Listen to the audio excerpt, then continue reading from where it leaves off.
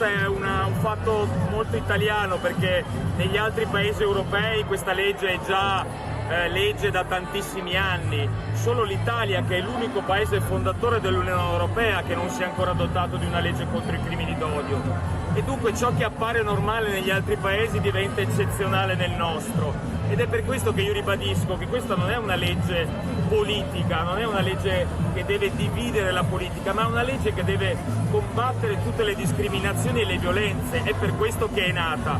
Purtroppo alcuni partiti, alcune forze politiche l'hanno strumentalizzata per strizzare l'occhio alla parte ancora più arretrata del nostro paese. Invece noi dobbiamo dire bisogna che l'Italia sia più civile, che sia più avanti, perché così ne guadagna tutta la società.